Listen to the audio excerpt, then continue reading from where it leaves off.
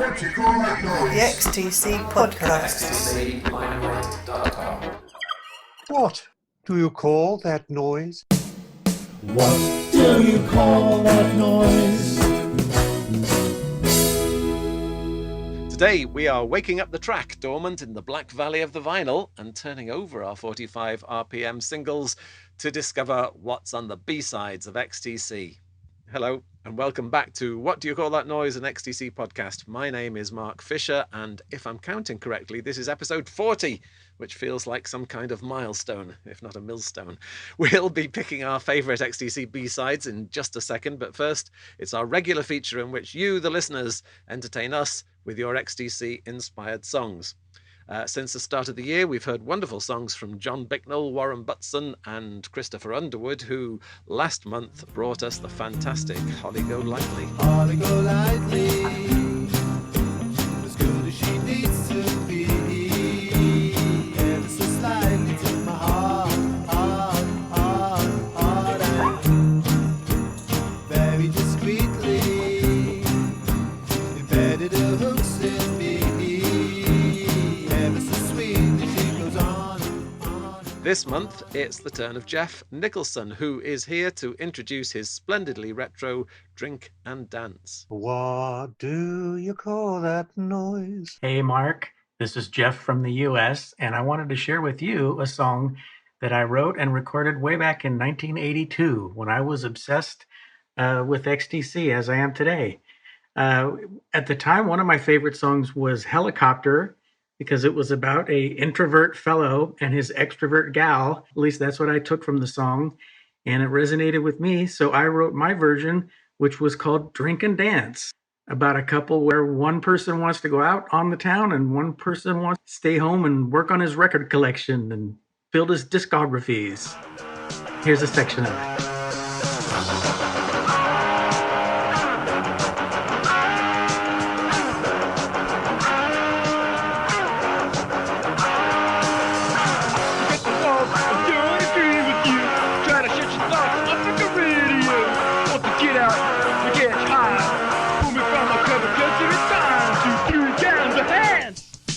Even better than your stance. Do down the hands.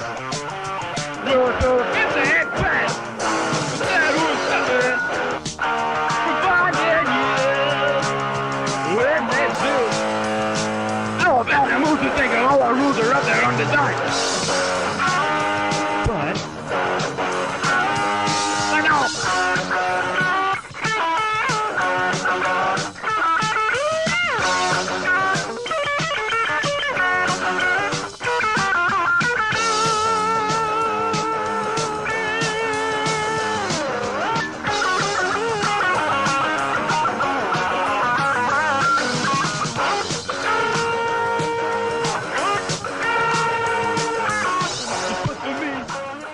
What do you call that noise? Thank you very much, Jeff Nicholson. Bet that's woken you all up. So, if you're a musician and you've written something inspired by XTC in some way, I'd love to hear from you. Your music doesn't have to necessarily sound like XTC, although it could do, but perhaps it has some lyrical, thematic, rhythmic, or melodic connection.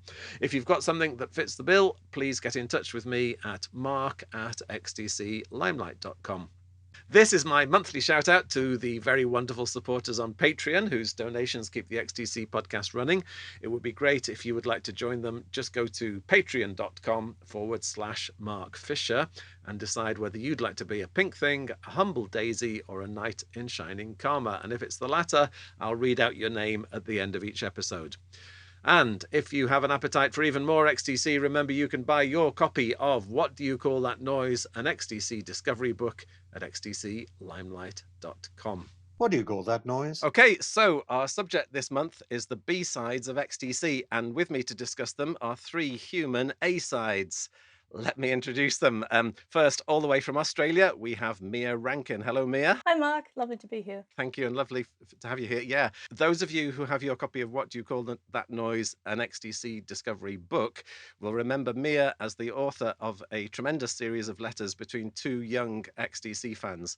At the time, Mia was just 14, and she corresponded with Kirsten Leyland, an American fan who was 19 at the time. Of course, I have to do another plug. For those of you who haven't got that book, it's available at xtclimelight.com. Also representing the youth wing of the XTC fan community is Ashley LeCron. Hello, Ashley. Hi, Mark. I met Ashley at the XTC convention in Swindon in 2022, and she was one of the contributors to the young XTC fan takeover edition of the podcast that came out in December. And she's a student in Oxford here in the UK. And it wouldn't be an XTC podcast without a couple of old codgers. Oh my word. So let's welcome Crawford Blair. Hello, Crawford. Hi there. Thanks for having me back. I'm very happy to have you back. And Crawford works as a sound engineer, and regular listeners to the podcast will recall him from our episodes on Mama and Middle Eights.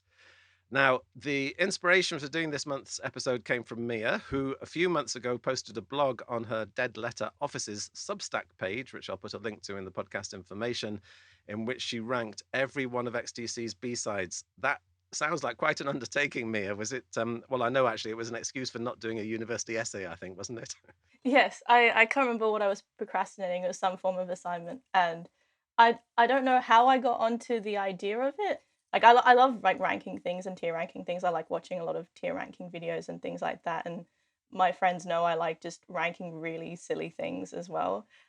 And then it got me thinking, yeah, what if I tried to rank every single XTC B-side, because they are my favorite band, and I feel like if there's any band whose B-sides I actually listen to continuously and all the time and treat them almost the same way I would treat album tracks in like in terms of how much I care about them and how good I think they are, then XTC is definitely the band I would choose.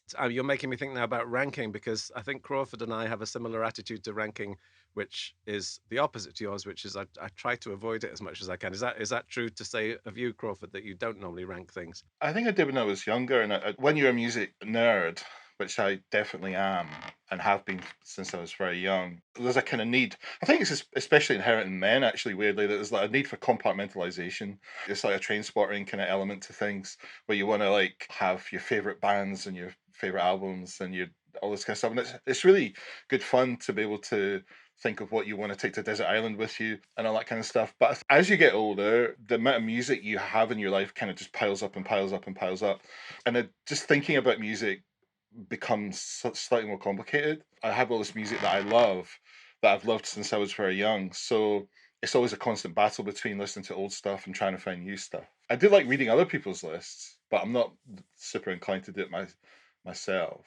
And I really enjoyed reading the article, that Mia wrote. Oh, thank you. Yeah, it was great. It was really interesting. Yeah, I also like responding to lists. You have to have a strong criteria, and I think you were right with that as well, Mia. I think you were right to discard like the demo versions and the Homo Safari series and all the rest of it. So I admire your robustness. Thank you. It was very difficult to come up with a criteria, because there's just so many of them, and there's so many things that you're like, is that actually a B-side, or is it just some outtake, or is it some rare track that was issued in this like obscure printing of a magazine in 1979, and does it actually count, and things like that. But yeah, I had to have that criteria, because otherwise I think I would have gone insane trying to pick every single song out there, like every single like loose end, and try and tie it up. So it was definitely necessary, and I feel like some of the criteria I chose was also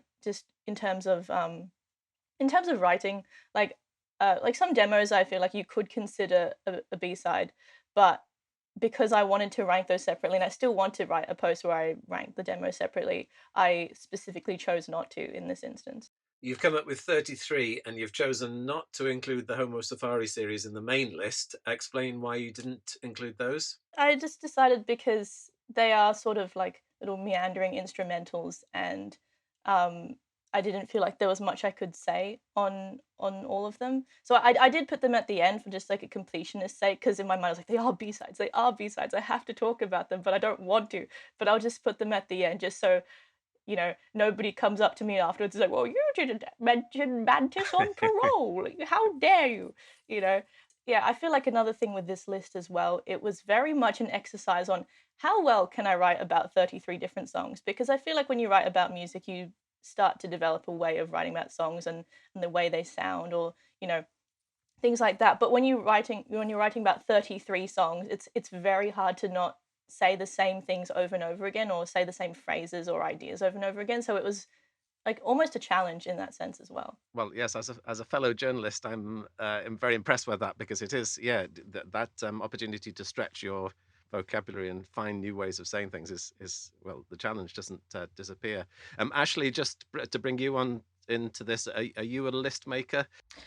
Yeah, I kind of talked about this a little bit on the last time I was on the podcast. I have a really hard time specifically with XTC ranking things, because I feel like they have such a strong discography and everything.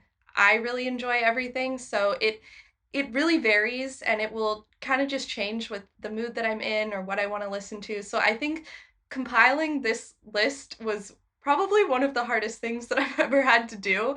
And I think, I just always switch around and say like, oh no, I really love this one, or like, oh, I can't decide, this one's really good, but this one's also really good. And I've always had like the most difficult time with XTC specifically ranking my favorite album, favorite song, and so I think everything, at least for me, is like pretty tentative, changes around all the time.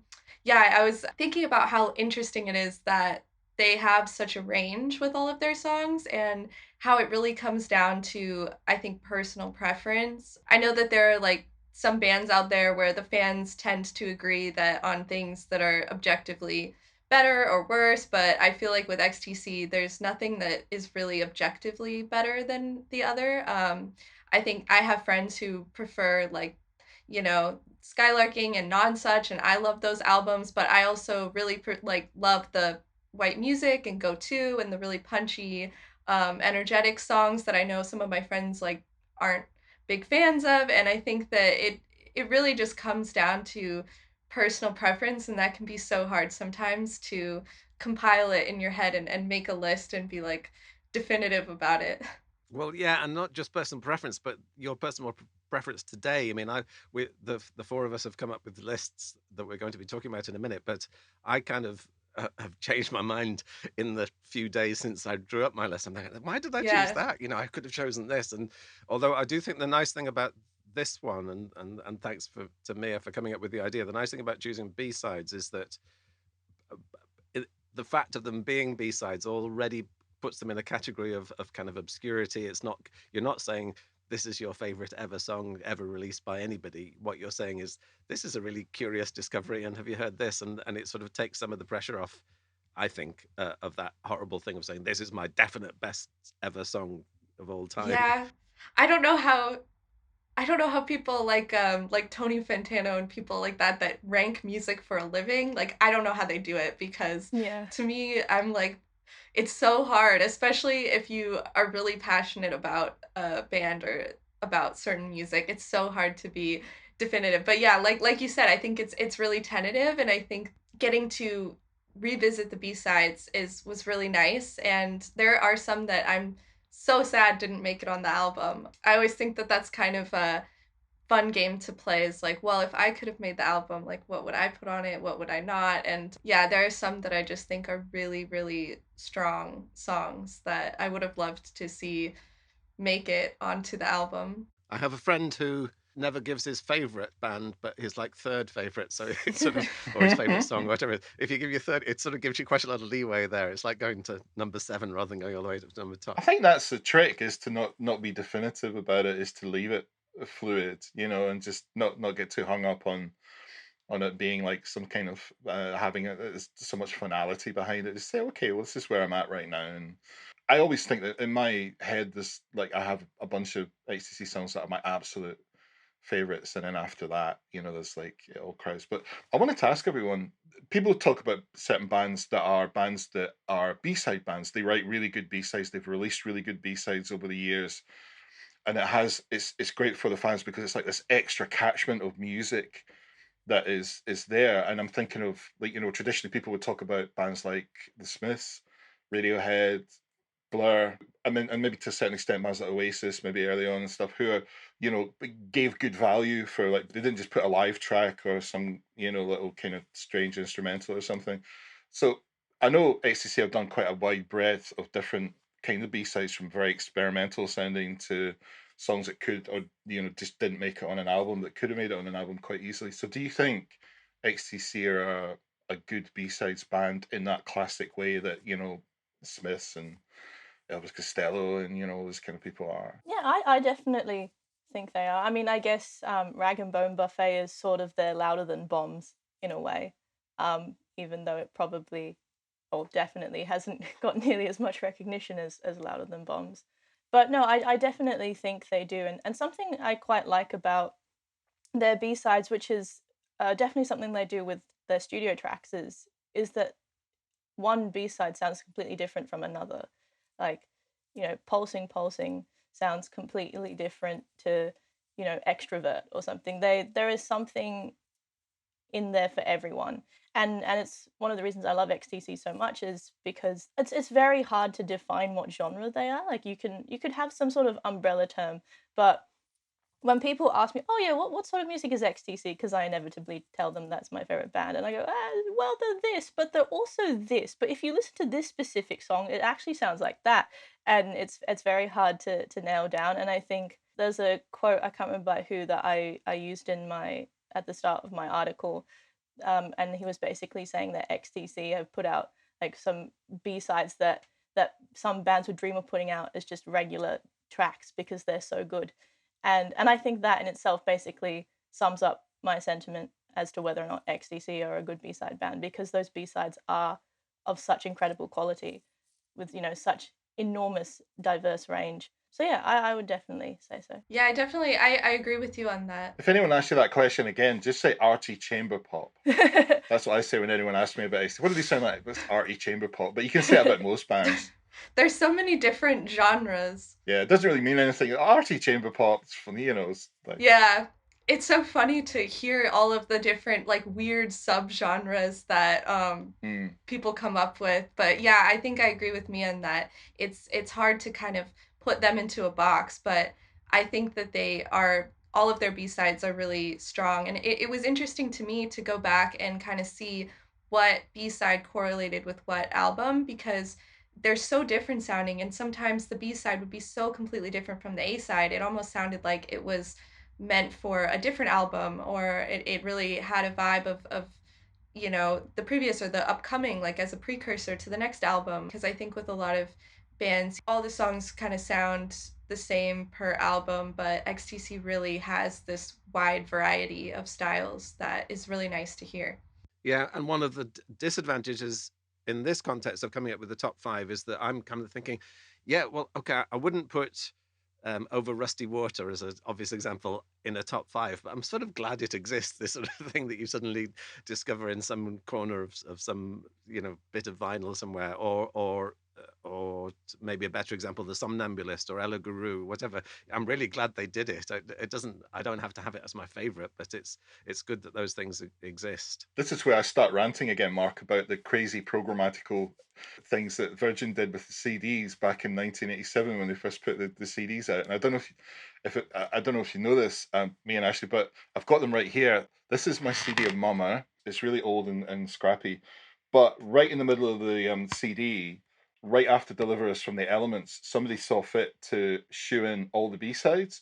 So if you imagine, and there's 6 B-sides on Mama, and they're right in the middle of the album. So it goes from Deliver Us from the Elements into Frost Circus. And then you have all 6 B-sides, and then the second side of the album starts again. So when I was listening to that record for the first time, it was extended by these 6 B-sides, not at the end of the CD, but right in the middle of the CD. And they did it with the Big Express, and they did it with Black Sea as well, where they just put the B-sides in. So in my head, there's, right in the middle of Black Sea, Smokeless Zone and Don't Lose Your Temper and the Somnambulist pop up. Yeah. So that has definitely affected my kind of, perception of those B-sides. Spotify does that as well. So Mama, Big Express, all of those are extended versions. So all of those songs are like you said, they're like right in the middle. So that is kind of the way that I got to know the albums as well. Also, it's the same on Spotify. Yeah. I think they're put at the end, like the B-sides are put after Funk Popper Roll, like on Mama and things like that. Yeah. But they don't specify that they are B-sides. And so you go, Yeah. oh, okay, so they put this song on the album, they put this song on the album. But I can imagine that, Right. you know, if I was like, you know, a member of XTC and I saw that's what Virgin had done to my record and they just plonked the B-sides in the middle of the album, Yeah. especially when, you know, sequencing was extremely important. I'd be like, this ruins the flow. Like, that sounds extremely annoying. I think it's because it was the early days of CD still, and people were still thinking in terms of side one and side two.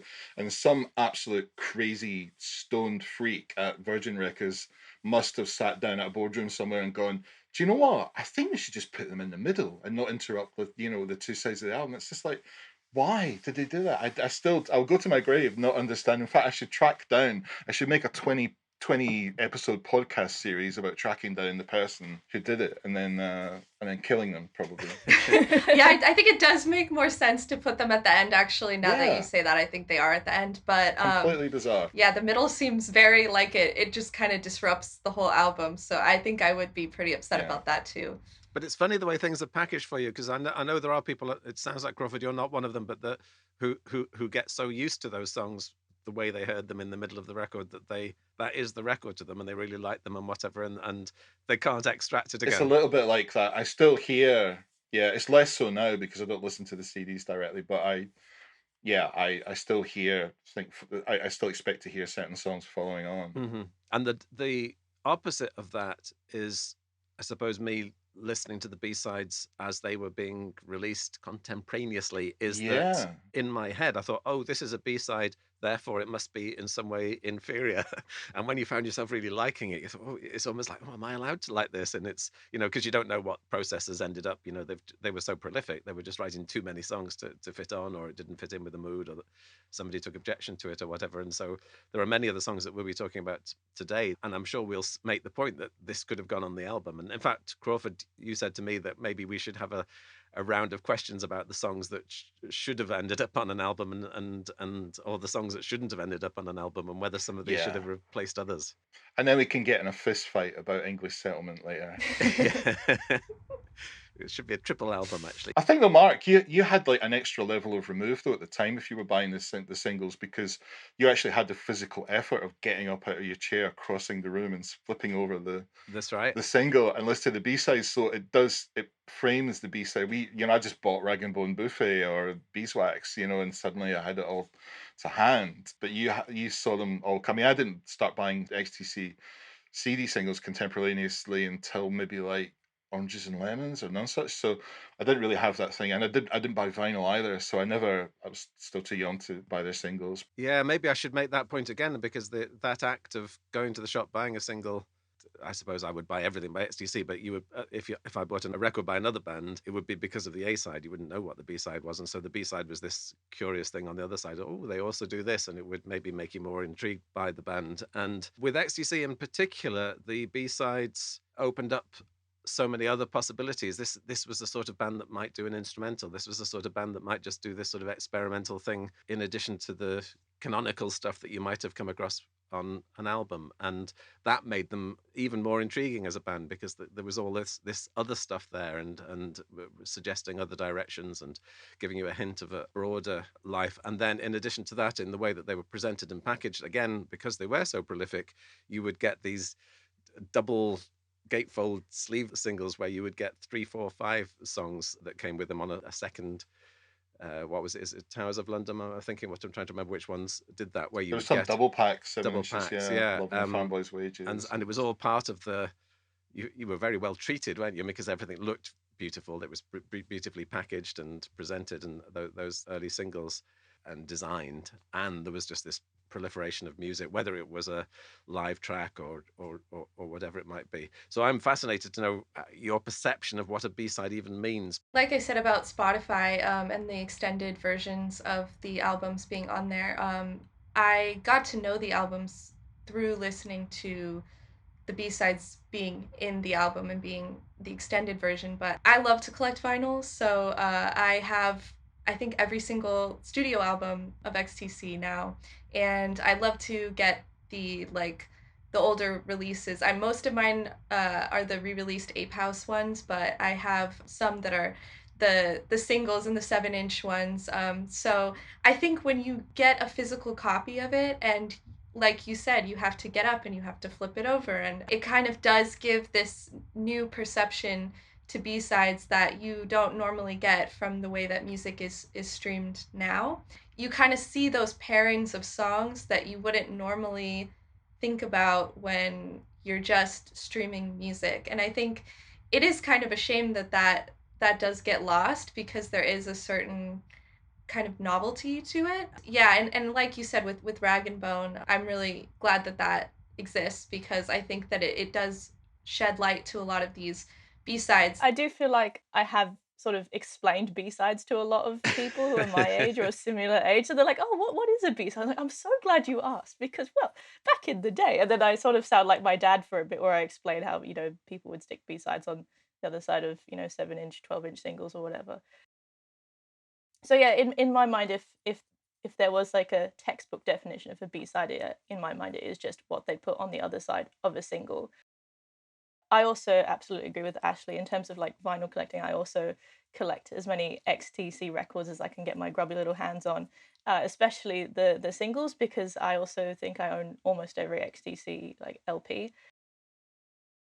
Like whenever I go into a record shop, I instantly like make a beeline for the X section, or like the XYZ section, because that's what it usually is. And and then it's instant disappointment. Yes, the instant disappointment. Exactly. We only have X amount of Deutschland, or But I think earlier, also at the end of last year, I went into one of my local record shops, and they had just an entire stack of XTC 12 inches, and it was like Christmas Day. So it's like, oh my god! It's so funny when the excitement you get when you find an XTC vinyl in a shop. I found Go-To digging through a pile in a local record shop of just like miscellaneous, and I remember I was so excited when I found it, and the guy at the record store was like, oh, I'm really shocked you knew this band. And I was like, oh yeah, they're like my favorite band. He's like, well, oh yeah, I get that as well. Did you know that this is their first album? And I didn't want to correct him, and I was like, so I just bit my tongue. But yeah, it's always such a novelty to find them, I think. Yeah, because I found a copy of No Thugs in our house at a record fair, and obviously it's got that really gorgeous sleeve design. And I remember showing it to my friends who don't collect vinyl or know anything about vinyl afterwards. I was like, look at it, look at the how it's designed, look how it folds out, and they were like, wow, that's very cool. I've never seen anything like that before. But yeah, in terms of going back to like B-sides and what B-sides mean to me, I think for me it's always been like this really fun musical adventure, because when I really like a band, I get to know their entire discography as it is on Spotify most of the time, and I get to know the album tracks and things like that, and if I really love them, I really want to know more, and I really want to try and find more and things like that. And trying to find every B-side or every outtake or demo is like this fun little adventure, because I know that you would have got the B-sides as they were released, whereas for me it's more like a case of tracking them down and trying to find them. And I remember specifically like with Skylarking, trying to find all the different like B-sides and demos, and with each one like I would find the Troubles, and then I'd find Extrovert. I was like, these are great, these are awesome, and I've never heard them before. And so it's just a really fun discovery for me, I guess, not just with XTC but any band whose B-sides are worth listening to. Can I quiz you a little bit more, Mia, on your criteria for your list, because it's just popped into my head that you didn't include Dear God on this, although it started off as a B-side, ended up on Skylarking. How did you sort of work out that sort of thing? I know that they eventually put Dear God on Skylarking afterwards, and it initially wasn't on the album, but in my mind I view Dear God as a track on Skylarking, and even though that's a technicality, I feel like most people know Dear God anyway. It's one of their most well-known songs anyway, and it's been used in films and things like that, and it's often one of the tracks that when I introduce XTC to people, it's the one that they really like. And I think with this list I was really trying to shed some more light on the overlooked tracks and the more elusive tracks, and I think that Dear God would have just sort of stuck out like a sore thumb because it is so well known in comparison to everything else. Maybe that's the two factions of being an XTC fan. You're either a mermaid smiled person or a Dear God person, and we don't talk to each other. I really like Mia's definition, because it seems to me that that's what we're talking about. We're talking about those sort of less familiar corners, and it's almost like the B-side is a concept rather than the literal fact of it being on a B-side is less important than the idea of a discovery in some corner of the catalogue. If you look at Rag and Bone Buffet from end to end, musically, it's completely batshit. I mean, it's because it's all from all different periods and all different, from beautiful brassy kind of like pop music that could have been on, one of their albums, to short ambient pieces, Yeah. So it's incredibly varied. It shows the breadth of what they were doing, and not just in the terms of B-sides, but just doing it anyway, with Andy with his dub experiments and all the rest of it. Yeah. I played my dad Countdown to Christmas Party Time once, because my dad is an XTC fan, but he's not like at my level. He's not a super fan, but he likes them a lot. And I played him Countdown to Christmas Party Time. I said, Dad, I want you to guess what band this is. And he could not tell it was XTC, having listened to XTC throughout its different, periods and things like that. And he was just shocked. And I think the face he made was just one of like shock and like mild disgust when he was like, really? How did they do that? Like, why did they do that? And I just think it's so funny that they can, XTC are just can always surprise you, I feel like. And I know when I heard it for the first time, I was like, I immediately I was filled with like visions of, teenagers dancing on top of the pops to this song or something. It was so un-XTC like. Yeah, because that use of drums and so on, it was the Lynn drum, wasn't it? And I'm just scrolling through your list. That scores quite highly on your list. Number 15 it comes at. So it impresses you not just for the fact of it being a discovery, but one of the better ones. I think objectively, maybe it shouldn't be that high, but I think when I take into account personal preference, I love extremely dated sounding songs from the 80s. I love, like, the first thing that comes to mind is Feels Like Heaven by Fiction Factory. Like, I love things that just sound, incredibly dated with just like all these synths and like the Lynn drum and things like that. Like, I find it very appealing. Whereas, to somebody like my dad is a self-professed production snob, I should add, but he can't bear to listen to that sort of stuff. I always thought that song should be played in like a department store or something at Christmas time. Like I always thought that I could hear it shopping at like Kmart or something. Yeah. I think people, Thanks for Christmas definitely gets played, because I've seen people posting about hearing it it does. in shops. Yeah. Does it really? Yeah. I have never heard an XTC. Well, I guess I've heard Generals and Majors a few times, but it's so rare to hear them in public, I think. Yeah, it's rare enough. That means like when it happens, people post on Facebook. It's like, if you were a fan of pretty much any other band, that would never happen. I heard a song on the radio, but it's so special when it happens. Yeah, I think I was in a bar once, and I heard Making Plans for Nigel. They were playing Making Plans for Nigel in the bar, and I basically like stopped everyone. I was like, guys, they're playing XTC. You don't understand how big of a deal in this Sydney bar, like run by like 20-somethings. They're playing XTC. You have to shut up and listen to this for like the next 3 minutes, because it's such an occasion. It really is, yeah. Should we go on to the number 5 to the number 2 for each of us going through, and then we'll save our number 1s to the end of the show? We could start with Mia, because your list is already in the public domain. Would you like to talk us through your 5, 4, 3, 2? Yeah, it's sort of like what Ashley was saying before, where it's like I look at this list and now I'm like, should I put that there, or like, should I like move this one here? Or actually, what, today I feel like that should be number 7 and not number 5, and because like it's so temperamental. But with that disclaimer, my number 5 is Don't Lose Your Temper, the B-side to Generals and Majors. I just think it is an incredibly solid song. I think Black Sea was like the peak of XTC as a live band, as a touring band, and I feel like this encapsulates that. Like, this track could have translated extremely well live as well, and I just think it's impossible not to bop your head along and dance to it in a way, I guess. Yeah, I just think it would have been great to hear live. And it was very hard to pick which Black Sea B-side or Black Sea era B-side was my favorite, but I definitely think this one just pips it.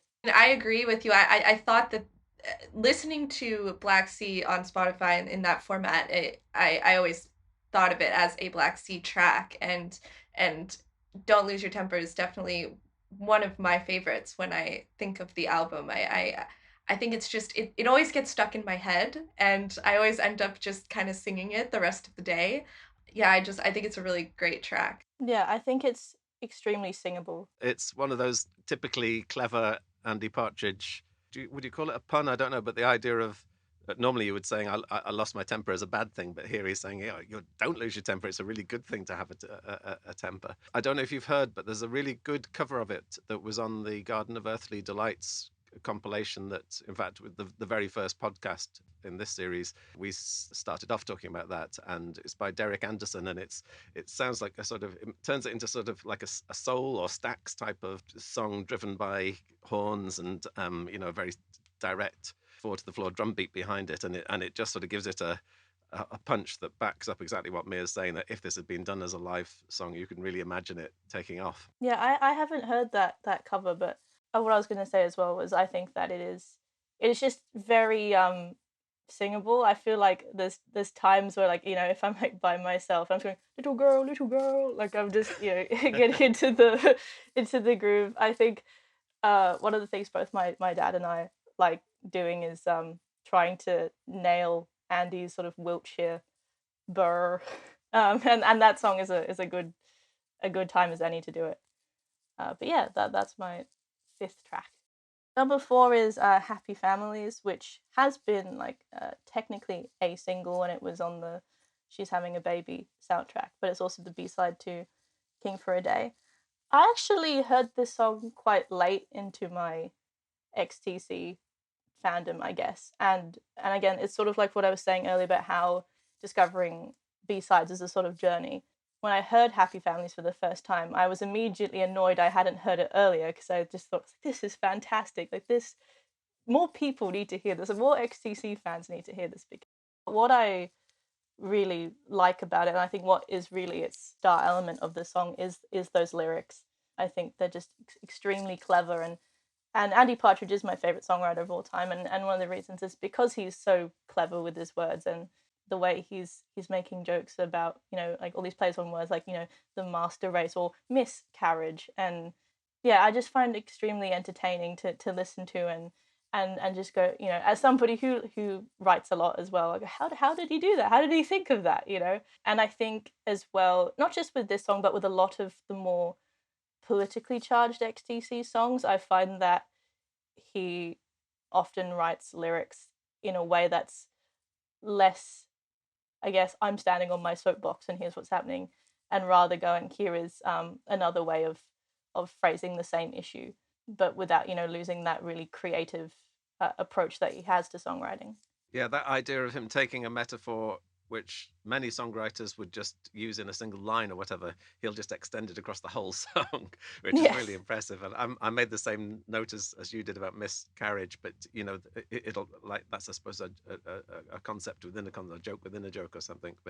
And musically, that line, it just keeps on going. Just da da da da da da da da da da da da da da da da. It's a long line to keep that melody going, isn't it? And it's really awkward. It's in the way he shoehorns in Happy Families. It's rendered in fact, it's even more.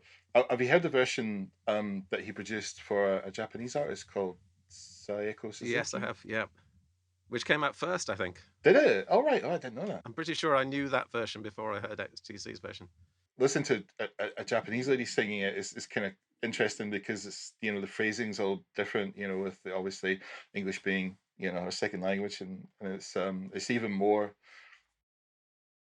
interesting to hear how this, because it's not an easy song to sing by any stretch. It's a really interesting, curious. I always wonder why they picked that particular song to cover, why she why she chose it, but maybe Andy had it lying around, it hadn't been released. So yeah, I wonder if it could be that he actually wrote it for her and then decided to repurpose it for themselves when it came to the movie soundtrack. Yeah, I feel like there's quite a few XTC songs where it's, you have to take the biggest breath of your life and then you start singing, like, No Thugs in Our House or Burning with Optimism's Flames. I think there's some, it's very tricky to do right. I think. You've got another metaphor for your number 3. Yes, I do. As you can tell, I like the metaphorical lyrics a lot, because number 3 is Punch and Judy, which was a B-side to Ball and Chain, and it's actually one of the B-sides you can actually hear on Spotify. It's on Coat of Many Cupboards. It's a different, because I know there's different versions of it, and it was, I think the one on Spotify is the unused single version. I'm not entirely Yeah, sure. I like it a lot better, Yeah. the unused version. I think it's a much better sounding. It's actually quite beautifully recorded, the re-recorded one. I was gonna say, because when I went back, I had only heard that version of it, and so when I went back and listened to the English Settlement version, it kind of made me appreciate the single version more, because I think that they took it and they expanded on it, and it's really a beautiful track, like you said. I know we were talking about, songs that could fit onto albums. I'm not sure. I'm not saying necessarily that I'd want Punch and Judy to be on English Settlement rather than another song. Like, I'd have to give that more thought before I did, because it's really difficult. But I could definitely see Punch and Judy slotting in onto English Settlement, in both in terms of its sound and just, again, the sort of commentary on society, because I feel like English Settlement has a lot of those songs. I made a zine on English Settlement, I think last year, and I was going through all the lyrics of all the different songs, and I was going, wow, they've really had a lot to say about Thatcher's Britain and a lot of broader social issues, I think. And I think Punch and Judy is just another one of those, and again, it's done really well, using Punch and Judy as a metaphor, I think, is really clever. Number 2 is just one of my favorite. I mean, I was going to say just one of my favorite XTC songs in general. I mean, they all are, but I think Extrovert in particular is definitely, without question, something that I would consider to have as much fondness for as an album track, and then that's Extrovert, which is the B-side to Grass. And I remember getting when I did find that massive stack of XTC 12 inches and I saw that it had Grass, I was like, yes, now I have Extrovert on vinyl. I just love how big and bold and punchy it is, and how just I think my favorite part about it is how fun it is to sing, just that chorus, just messing around with melody and stuff, and it sort of melodically captures what it's like to feel drunk. I think like the sense of feeling really like, I could do anything. I'm on top of the world. I don't care. I'm awesome. And I think the really just upbeat and really boisterous melody just really reflects that. And I have so much fun whenever that song comes on, and I also find it quite entertaining that Andy did sing it while he was drunk as well. Yeah, I feel like you can hear it in some of the way he renders some of the lines. Yeah, there's some slurring. Yeah, a little bit. But I think there's a few songs that we're talking about today that have that characteristic quality of, in this case, being about being extrovert, but also sounding extrovert. It's the two things are married together. It's not a quiet song about being extrovert. It's a big, noisy song about being extrovert. Crawford, I was going to suggest that we could go to you now, and your 5, 4, 3, 2, but not 1. My number 5 is Didn't Hurt a Bit. It's not a song I came to quite late. I don't know why I didn't listen to it or haven't listened to it more, but I think a few years ago it just clicked. I think maybe the sentiment behind the lyrics is a little bit questionable, perhaps. I know there's been talk of in books and so on about Colin, and he does like to write about infidelity. And I'm wondering, there is this interesting conceit, it's like, well, it's sort of like this childish thing of when a child falls over and then that doesn't want to appear to be hurt and wants to be brave and stuff like that, and then it's tied in with the idea of having some kind of extramarital thing, or having a contretemps with somebody and then pretending that they're not hurt by it. I'm not really sure which way to read it. I sort of read it as being someone who's having an affair, someone who's married and having an affair, but that obviously, you could read it anyway. But musically, I think it is absolutely gorgeous, and it reminds me of certain other songs.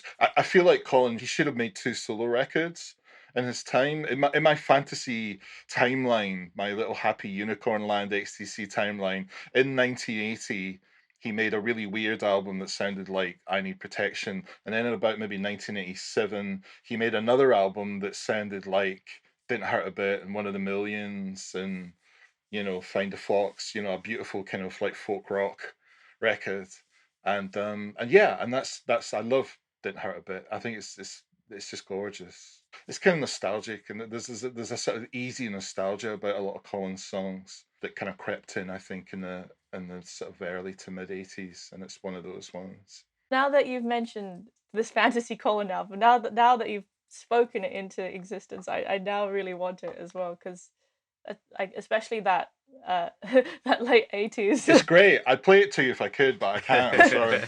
That late 80s album. I absolutely agree. It's a really beautiful song, especially musically. Maybe lyrically, yes, a bit questionable. But I remember when I was compiling my list, for some reason, and I can't remember why it didn't meet my criteria for a B-side, but I remember out of all the songs that, I found I didn't count, that was the one I was absolutely gutted by. I was like, I can't write about this one. Because up until I checked to see if it met the criteria, I was like, I'm so looking forward to writing about this one because it's going to rank so high on my list. But yeah, I agree. It's a really wonderful song. I suppose it's doing that kind of 10cc I'm not in love thing of saying I'm not in love, but really I am in love. And this is saying it didn't hurt a bit, but it did hurt a bit. You're hearing the You opposite. protest too much. And it's got a lovely sort of skiffly beat to it, hasn't it? Yeah, he just had a real knack for writing supported acoustic-based kind of tunes that were very melodic and very, very beautiful. I think Find the Fox is probably the most folky he's ever kind of gone, which really sounds like a traditional, could in places be a traditional English folk tune. And there's people who make music now that kind of sound a little. There's a wonderful artist called Craig Fortnum who has a couple of bands, North Sea Radio Orchestra, and his solo stuff. And his stuff is, if you like Find the Fox, his stuff is very redolent of that kind of style. So the next one, I think three of us piled in, Blame the Weather. Yeah. Yeah. It's unassailably brilliant, Blame the Weather, isn't it? There's nothing to fault. It's just one of those, it's the imperial phase, the English settlement, plus B-sides, a real surfeit of ingenuity and brilliant songwriting, really. My memory of it is listening to it at the time and thinking, this is a B-side. Am I allowed to like it? Should it be somehow inferior? And think, no, this is really good. But also, if you think about the point it was released, I think it was an English settlement era, 1982 sort of track. The presence of the piano in particular, and that there's a sort of music hall middle eight that it gets very Beatley, and XTC and the Beatles were often put in the same category, or the Beatles were mentioned in terms of XTC, but it was only at that point that I thought, hold on, I can actually hear a Beatlesy influence here, and obviously it manifested itself much more later on. But it was almost like I was thinking, having gone through the new wavy guitar and drums and wires type of sounds, here I was thinking, are you allowed to do that? Are you allowed to have such? Is this sort of post-punk band allowed to have such lush piano and orchestration? It was almost like they were breaking some unwritten Did you think rule. they were selling out? Well, but in such a good way, yeah, selling out, but in a good way. And you can't imagine that track popping up on drum. To take Drums and Wires as an example, you can't imagine it wouldn't have fitted in on Drums and Wires. But suddenly it was like, oh, we can have this texture, we can have this color that we're allowed to use. That's really interesting, and I'm quite jealous of your experience because you got to see them change, and sort of morph from one thing to the other. And my experience of XTC is just going back through from, I think I started listening to them in about 86, 87, something like that. So it was really going backwards, and and of course, if you go backwards, you're not going to put on white music and listen to that for a year, and then listen to that for 6 months, and then put on Drums and Wires. You listen to all of Higgledy Piggledy. So I don't have that lovely experience of a new single and a new album coming out and hearing where they've got to now, and that lovely unfolding of their and change in their sound. And I think Blame the Weather's definitely, just by virtue of having that quite sort of jaunty piano, is them starting to little inklings of them starting to stretch out. Their sound really changes once they stopped touring because they didn't, have to worry about playing these songs live. And I think that it really shaped them because I think that they were able to try all of these experimental compositions and things that they wouldn't necessarily do if they were touring all the time. That's a really interesting point, actually, because this is a Collins song, and technically at this point there was still a live band. They hadn't quite stopped. So, but this, you're exactly right. This is not a song that you would expect them to play live, or it would be quite complicated for them to. They wouldn't have been able to play it live without dragging like a Yamaha CP piano on stage and stuff like that with them. So I think they were still sticking to the keyboard. I don't know what keyboards they had on stage when they were touring English Settlement, but I imagine they didn't have a very complicated setup. No, so you wouldn't have. So interesting to hear that Colin was moving off in these interesting directions, even though it was Andy who didn't want to tour. Yeah, you can really hear that with his songs, especially. I think English Settlement era onward, where they start to get very melodic and they start sounding less like live songs and more like, these really beautiful compositions. Pulsing Pulsing is my next choice. That's my number 3. I love Pulsing Pulsing because it's almost not even really nearly a song. It's kind of like a vignette, really, but it was made at the same time as Drums and Wires, and there's a particular sound in some of the songs in Drums and Wires that I love, and it's a sort of cold, slightly far away, that distance in the tunes. And I'm thinking of songs like Millions and Day In Day Out, especially the Millions. You know how Millions has that little reprise where it comes back and it sounds like it's like 40 foot away. Everyone's like suddenly down the hall when they're playing. I really love that. And Pulsing Pulsing has got that entirely, that sort of similar sound. And it's a bit strange and a little bit experimental, but there's something beguiling about it as a little kind of a little vignette of a song, a little mood piece of a song. And I love the intentionally awkward way that he sings. He definitely stopped doing that at some point, and I love Pulsing Pulsing for that reason. It's like a square wheel. It's one of those square wheel songs that sort of boinks along. And it has this lovely little groove as well, with everyone's doing their funny little kind of awkward angular thing, with rhythms. It's got a very simple drum pattern and the funny little, it's got one of classic Colin Moulding Bjorn Borg bass line, that just boings around. And yeah, it's fantastic. That song to me really reminds me of this Oingo Boingo song called Insects. It just kind of has that same punchiness to it. And I was honestly kind of surprised that it was a Drums and Wires B-side. It feels very go-to to me. Go-to, yeah.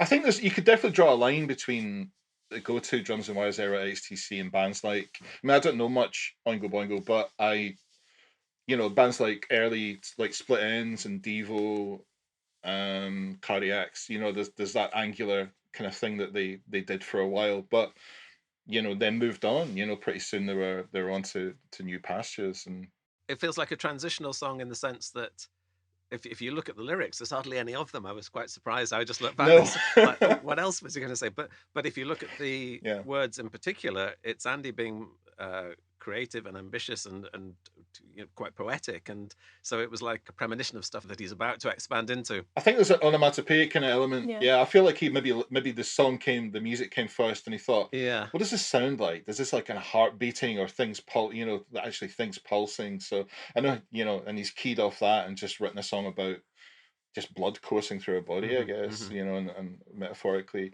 In terms of cover versions, we were talking earlier about cover versions. There's a gentleman, I can't remember his name, but he's quite easy to find, I think, on YouTube.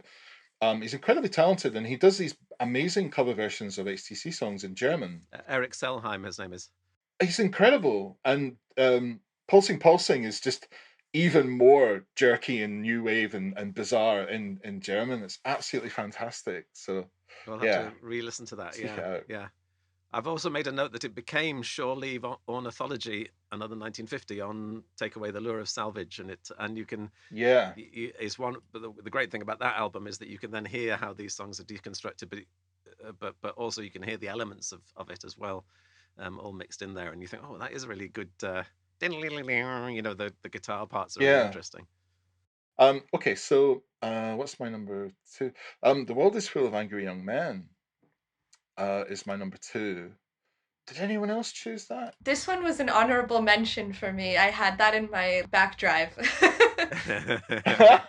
You're number 6. Yeah, number 6. Yeah, it's number 14 on my list, so it's on the higher end for me. It's like an early dalliance with jazz, I suppose, and it was written during Mummer and never completed, and then they completed it sometime later. I don't know if they.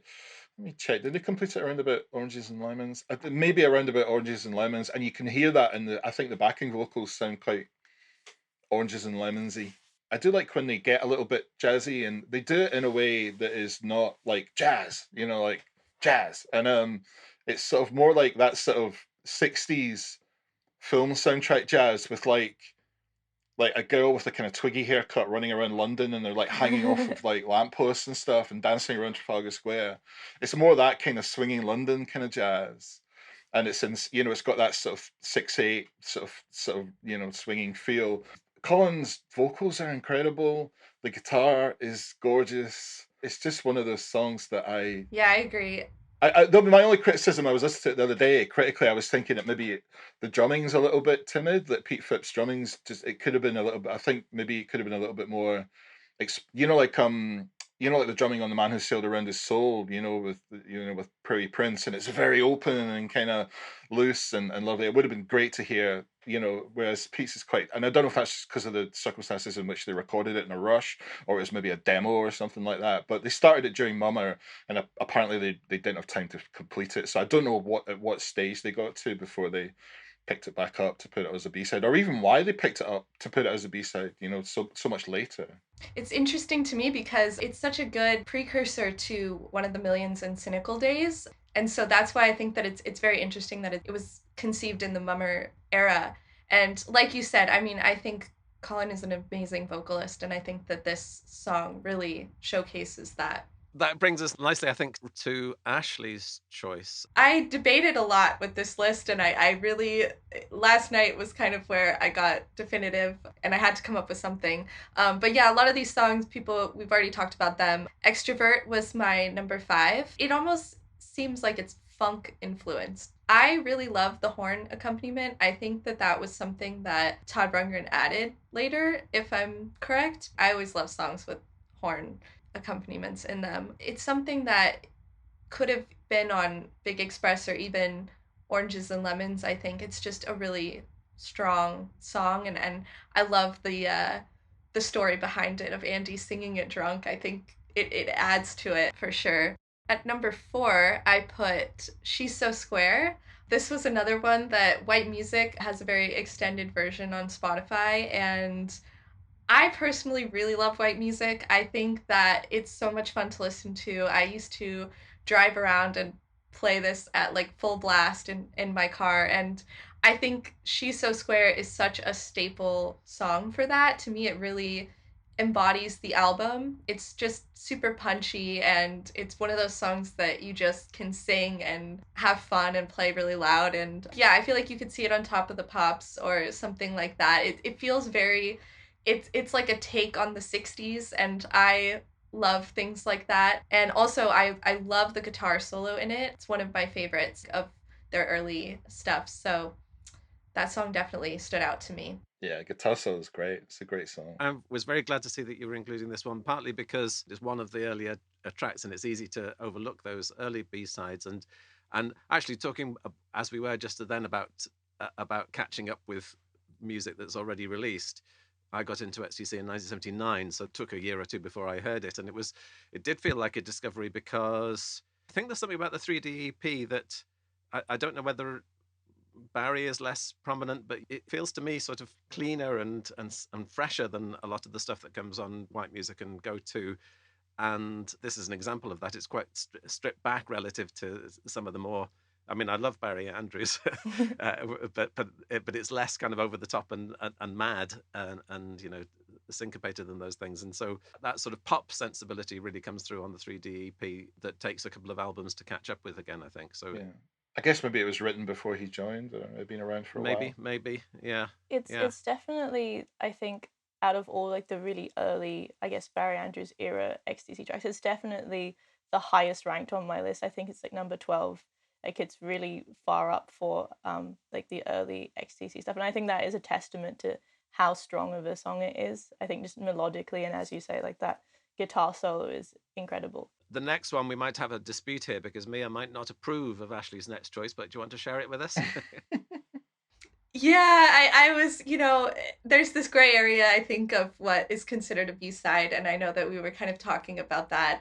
But I really felt like I wanted to put this song on there because I really enjoy it. It's Too Many Cooks in the Kitchen, which was Colin's solo single released under the Colonel. Even though it's not technically XTC, I think it is kind of a extension of XTC. It's just a really fun and catchy song, and another one of those that is really easy to sing and dance to. The lyrics aren't super complex, but I think that there is a simplicity in it that is very charming to me. I love the backstory of the song. I know it was kind of written as a joke and kind of to poke fun at the songs that were on the top of the pops, and to kind of see if it could get in there. And I think the fact that Colin's dentist was playing guitar on it is very fun. Yeah, it's just a great one. Actually, I have that single on 7-inch vinyl, and I play it all the time. It's just a really fun song to me. That really awkward line of cooking the books and getting their fractions Wrong. Yeah. It's so awkward. My interpretation of that song, Colin denies, or I'm sure I asked him this question, but it just seemed to me too much of a coincidence that a song called Too Many Cooks in the Kitchen was a solo single written by somebody who was one of the cooks in the kitchen. Yeah. Very passive aggressive. And he says it wasn't about that, but it does seem to me, that was my interpretation, that there were too many cooks in the XTC kitchen. But it's a great, lively, upbeat single. I wonder why it wasn't released because it could easily have been an XTC tune as well, couldn't it?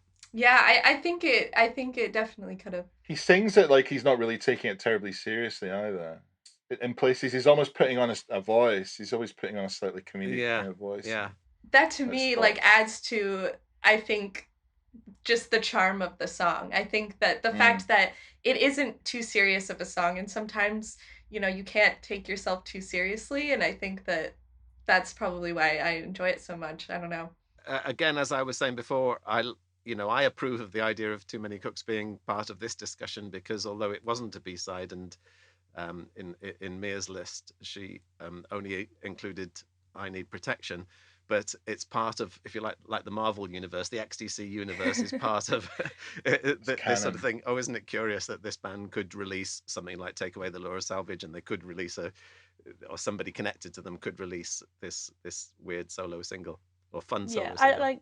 I don't think I'm going to crucify you for putting this on the list, even though it's not like technically a B-side, because I feel like the difference between this discussion and my list is that in my list I was trying to be very strict so that I wouldn't go insane trying to write about every other song, and also because I had the express purpose of wanting to write about those songs that got away and all like the little loose ends, so I wanted to have a very strict criteria. But I think that it is, as you say, is like a fun song, and I think it's also similar to why Dukes of Stratosphere is so appealing. It's because they've got these, they've put on these personas and they've created a little backstory from themselves, and it's all very clearly quite lighthearted. And I think, regardless of its status as a non B-side track, I think it's still a fun song to listen to. At number 2, I put Desert Island. This one, I always say it could be one of my favorite songs that they've done. I think it comes across as kind of a silly song, but is more of meant to be a commentary about England in the early 80s, and all the soulless buildings and concrete wastelands that were kind of popping up at the time. And I think that a lot of that message still rings true. I think things being bulldozed and turned into malls and things like that, kind of makes you feel like you're on this deserted island in a way. It's a really beautiful song in its own right. I love Andy's vocals. I think that they're really showcased and has really great bass track, and the backing vocals on it, I think, add to it as well. I think it sounds like it's Colin and not Andy, but I could be wrong. It's a really great addition to Mummer, and it might be personal preference, but it's really one of my favorites. Again, I was looking at the Chalk Hills website as part of compiling all of these B-sides, and when I looked at Desert Island, I was really surprised that Andy wasn't as fond of it as I thought he might have been, because I also really like that song as well. And I think what you mentioned about how it's also in a way could be read as a commentary on Britain and these buildings being torn down. It sort of reminded me of the tour that Andy Partridge did of Swindon, when he was like walking around and being like, and they've torn this thing down, and we've got all these ugly looking buildings, and look at this mall. And I guess I didn't really think about it too hard, because I was more invested in the silly little accordion and all of the lighthearted singing, I guess. I think that every time you listen to it, something just kind of stands out. The first time I listened to it, I think the accordion and everything really jumped out to me. And then the more you listen to it, you just kind of discover these new elements about it too. Yeah, I think that goes with every XTC song. I feel like every time I hear their songs, especially if I'm listening to them with headphones on, I go, oh, I didn't even hear that part before. I didn't even think about that part. Or, maybe I'll have listened to a song for the millionth time and only just realized that a certain line was a play on some word or some idea. Yeah, I nearly went for Desert Island, but I was choosing between other Mama B-sides. I suppose what I love about it is that the musicality of it, and that sort of calypso feel, and again that sense of, oh, you were allowed to do this. They were just going into a different direction that they wouldn't normally go into. There's possibly something a little bit kind of strident about the put Great Britain on its nameplate. I mean, XTC are normally a little bit more subtle than that, and so maybe that was the thing that's made me think maybe I won't put him in my top 5, but it very, very nearly was. It feels like a very traditional B-side, like a song that's just not quite its 80% of the other tracks that they were recording at the time. It's not a favorite of mine by a long shot. Is that actually. right? It's one of my least favorites. Yeah. Sorry to say that. Well, agree to disagree on that one, I guess. Yeah. All the other Mama B-sides are great, but Desert Island, that's one. I think that that's what I mean, in that so much of it comes down to personal preference, because a song like to me, it's one of my favorites that they've done, and to you don't even really like it. And so I think that there's so much like breadth with the band of how they do different styles so well, and how some things might be really appealing to some people and not to others. And I think it's really interesting to kind of see that. Yeah. Should I run through my 5, 4, 3, 2, which might not take too long before we come to our number ones? Partly just so that I could discuss it. Limelight is number 5. And you might think that for obvious reasons, because Limelight was the name of the fanzine I set up. And I think sometimes people have assumed that Limelight must have been my favourite song, and that was the reason for calling an XTC fanzine that. It wasn't because it was the favourite song. It was for 2 reasons. One is that the song itself is about fame or being seen and being the center of the spotlight. So it seemed to be the idea that we were putting the spotlight, we're putting the limelight on XTC themselves. And it was also very much in keeping with what Mia's B-side concept is the idea that this was a collector's item. And Drums on Wires was the first XTC album I got. And I got it for Christmas in 1979. And I knew that there was one record shop near where I lived, a sort of it's strange that there was a record shop even where it was quite suburban. And so I told my dad for Christmas, you've got to get it from that particular shop, because I'd seen it in the shop still with the free single with Chain of Command and Limelight on it. And it was at a point in the year where the initial runs were starting to sell out, so you had to make sure that you would get your free single with Limelight and Chain of Command. And again, I just used that idea of the XTC universe. It was the idea that you could buy an LP, and then there would be also this other stuff that you could discover, and and then it was as good as well.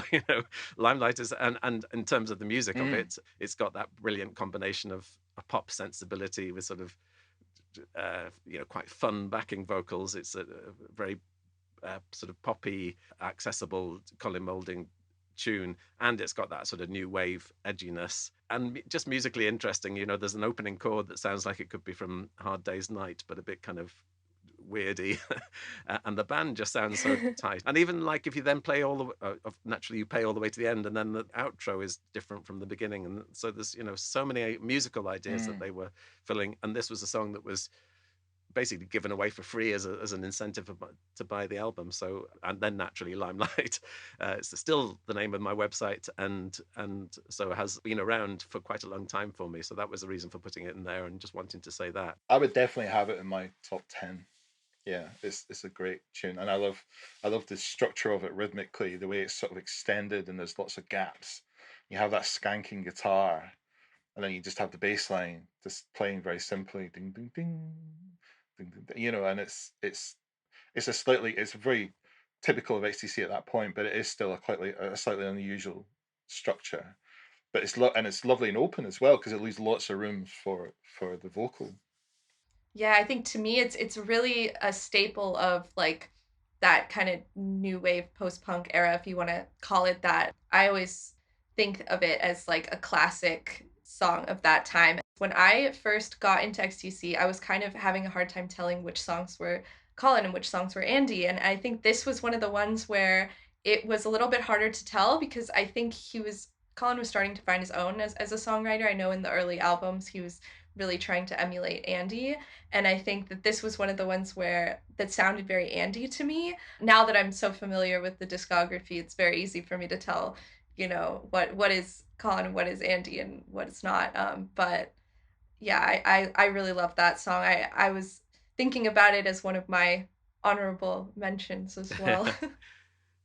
My next two I might do together. Number 4, I've got Jump, and number 3, I've got Gold. And I'm thinking they're sort of in the same category as like Extrovert, very upbeat, very positive, very dynamic and positive feeling. And as I said, I could have gone for Desert Island from those Mama tracks, but Jump has got those lovely harmonies, that sort of shuffling jazz rhythm, and a pretty acoustic guitar pattern, and it's catchy and it's upbeat and lots of sort of big positive energy from it. And the same with Gold, written at the same time as Great Fire, apparently, because Virgin wanted some more hits for that album. If I was choosing between Great Fire and Gold to go on the B-side, I would have put Gold on the B-side, but it's got that same, a bit like we were saying about Don't Lose Your Temper, it's got that same upbeat, stack C kind of horn-driven, snappy guitars. Yeah.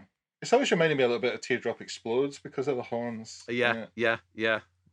Actually, all this time, I've never properly concentrated on the lyrics and never heard properly the final line of Gold, which is, "You'll see your old brick town go gold." Oh, is that what he's... Which is a lovely phrase. Yeah, you'll see your old brick town go gold. Yeah, gold.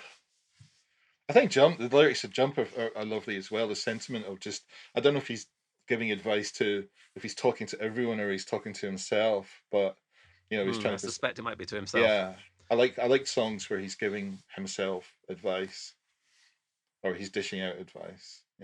That's a good songwriting conceit. I think that not many people do. And my number 2 is Blame the Weather, which we've talked about already. So I think, drum roll, this could be our time to have our number 1s, which means that we have to come back to Mia. So my number 1 is dun dun dun. It is Heaven is Paved with Broken Glass. Woo! It is one of my favorite XTC songs just ever, flat out, because it's so weird. It just sounds so odd, and I don't think, because I think we've talked a lot about B-sides that could fit onto albums because they match that sound or whatever, but I don't think Heaven is Paved with Broken Glass would fit on English Settlement, and I like it all the more for that. I like that it sounds really weird. I like that it starts with these reverse, like backwards guitars, and just I feel like it's extremely experimental. Yeah, when I was going through these, exploring these B-sides, the ones I never heard of, I had a phase where I was just specifically looking at English Settlement, and I liked them all a lot. And then but I think Heaven is Paved with Broken Glass just left them all in the dust because it sounded so different. And again, it's just a testament to how XTC can create something so different to just the last song that they put out or the one they recorded 5 minutes ago, because it's just really something else. And yeah, I love it. And I think you talk about in your blog the weirdness of that. There's a sort of echoey noise that's do do do do do do do that just makes it that's slightly out of it's not quite the note you expect it to be, so it sets everything at edge. Yeah. Which just makes it disturbing. It's actually, I suppose I should reveal as well, it's also my number 1 as well, so I'm in line very much with Mia there. And I love the line, "You've made a fool of me and physics." It's like this person has had such an effect on the singer that it's not just the heartbreak that the person got, but it's like it's turned the whole the laws of nature upside down. Yeah. It's a tremendous, a very simple phrase. I wonder if that's why, because of the lyrics, about turning everything, upside down, and all good things are bad, and vice versa. But they took the intro and flipped it so it's reversed. So the first couple of bars you hear the intro is going backwards, Yeah, I feel and like then it flips into the. Yeah. XTC do that a lot musically, where they try and make the music match what's happening in the lyrics. Oh, totally. And Yeah, I think that is completely. just like a perfect example of it. I think that Andy, when he talks about his synesthesia, that kind of comes into play where he imagines a scenario and then the music really centers around that. It kind of does a really great job of world building and creating a scene in your head that really matches what the lyrics are saying. Yeah, it feels like it's kind of his natural. But when you listen to some of those explanations of how he came about with certain songs, where he's talking about since he's working overtime, and he'll play certain chords, and then he'll think about how they make him feel, what they make him think of. It doesn't feel like it's something that it's a songwriting exercise that he's sitting down with pen and paper and guitar, piano. That it feels like it's just that's how songs come out of him. In some cases. Yeah, I feel like everything feels a bit off in that song, but in a really good way. Like everything feels slightly uncomfortable and slightly like disjointed. Almost like, yeah, as he says in the lyrics, that he's mucking about with physics and making a fool of physics, and it's like everything is sort of bent out of shape a little bit, and you can actually not only feel it but visualize it as well when you're listening to the song, how everything must feel for the narrator, that everything is a little bit off and out of shape. A hell of trees and grass. Yeah, lovely. So that's the correct answer, Mia. Well done. Thank you very much. Should we go to Crawford? Yeah, the Red Brick Dream is my number one, and it's very simple, as we know. It's just acoustic guitar and vocals and a lot of effects. But when I started buying XTC records, just prior to Oranges and Lemons, I remember I would travel up to Glasgow at the time to buy records. I was probably, I don't know, 15, something like that. And I already had like a bit, I got a copy on vinyl of the singles compilation and a couple of other bits and a CD of Mummer that my friend had given me. When I used to go to Glasgow for record shopping, I didn't have very much money. I was still at school. So I remember Virgin Records in Glasgow on Union Street or Renfield Street were doing like a 3 for £21 CD deal. It was all the Virgin back catalogs. They could buy Japan Records or whatever, and at XTC. So a lot of their back catalog. I think I went up twice within the space of a couple of months and picked up like 6 CDs. And I was very pleased with myself. And the Big Express is one of those CDs. And of course, again, going back to this crazy idea that they had put Red Brick Dream. Let me have a look. Yeah, it comes right after This World Over in the CD sequencing, and as well as just being really a nice experience to listen to, like a bunch of XTC music in short order. Red Brick Dream, something about the vocal really caught my ear. The way he sang certain words where he bends the notes down. I don't know, and then just acoustic guitar and the sentiment behind the lyrics. Everything just came through very clearly, like a real clarion call. It's like one of my favorite XTC songs, period, and it's always remained. So even though it's a very simple, it's kind of a ditty, really, and yeah, and probably deservedly a B-side. Although in my mind, it's still, for better or worse, it's still part of the continuum of listening to that CD of the Big Express.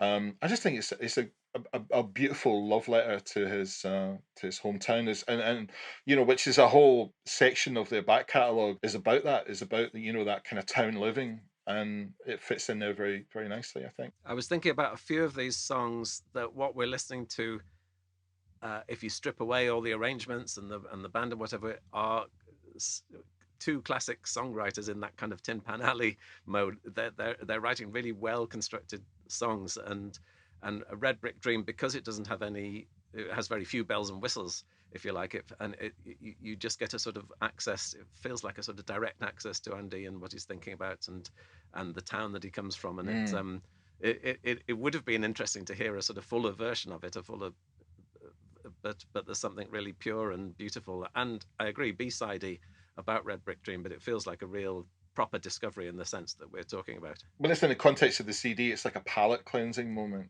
so it is actually quite nice that it's in there. And in the CD of Big Express, there's only 3 B-sides that have been shoehorned into the middle of the running order. So there's, I think, Blue Overall and whatever the third one, Rain of Blows, perhaps, I can't remember. But so it's not too much of it. And those songs are pretty good and quite congruent with the rest of the record as well. So it's not too jarring. It's not like listening to Mummer and suddenly hearing like Procession Towards Learning Land, pop up in the middle, which is just totally bizarre and a bit frightening. And so yeah, it's kind of part of the album in my brain, just by osmosis, really. I think it's really interesting how, on one hand, yeah, it is very clearly like B-side, but on the other hand, it still feels like a really almost like fully realized song. Like it's so incredibly atmospheric, and it does feel like whenever I listen to it, it feels like I'm walking, through like a steam-filled platform or something. And obviously that goes along with all the train imagery of the Big Express and things like that. But I just have this really distinct memory of listening to it on the bus one day, and it was just pouring with rain, and it was really grey outside. And I think I just now forever associate that song with that time I was on the bus and it was pouring with rain, because the sounds and the images and yeah, the atmosphere of the song just sort of meshed with that rainy day. And I think it's really incredible that it can do something like that. Yeah, those chords sort of drag, don't they? So there's something sort of backward motion as well as forward motion. I can't describe it better than that. Yeah, there's a strange reverse delay effect on our gated sort of reverse delay. It's very 80s sounding, and then the lovely, and on his voice and on the guitar as well, which makes it very washy. And yeah, there's that strange treatment at the end where his voice kind of loops back on us, and it's sort of like, yeah, it's beautiful. It's really well done. I wonder if maybe they felt that it just maybe didn't stand up quite as well if he sat down with acoustic guitar and vocals and sang it, that you felt it was a little bit too busky or something like that, and they wanted to add to it, somehow, and make it, maybe there was another synesthetic, sort of event, and Andy, he wanted something that reminded him of steam or, anything. Yeah. The final two number ones we've covered already, so probably not very much to be said about it, but I've already admitted that mine number one is Heaven is Paved with Broken Glass, which leaves Ashley. Yeah, I put mine as Blame the Weather. I think, I think it's just such a powerhouse song, and Colin is probably my favorite songwriter of all time, and so I think that this song is a really excellent example of his songwriting and his knack of, creating these really melodic and simple but captivating songs that kind of build into these killer choruses, and again too, like, incorporating the bass into the songs. I always love songs that really stand out when the bass is used as a tool to kind of define the song, and that's done well here, and all of the, the piano and the backing vocals and everything that really folds into it comes together really nicely. And I mean, to me, it's a shame that this didn't, end up on English Settlement. I don't think it was finished in time, but I think that if I'm correct, the only version available is a demo. So I think that if it could be developed further, and it could have been, just a really, really strong XTC song that I think gets overlooked. And I'm just looking at all four lists at the moment and could happily choose any one of your lists for my list. In fact, I'm kind of thinking, oh no, that's a better list than my list. And it shows what a wealth of material that we've had to be talking about this morning. We're going to have to wrap it up, but I've been thrilled and entertained by this whole discussion. So thank you very much, in particular to Mia for having the idea in the first place. Thank you. And of course to Crawford and Ashley for joining us. Thank you very much. Yeah, thank you so much for having me again. It was always a great time. Yeah, thank you, Mark. Yeah, I really enjoyed this. You're very welcome. What do you call that noise?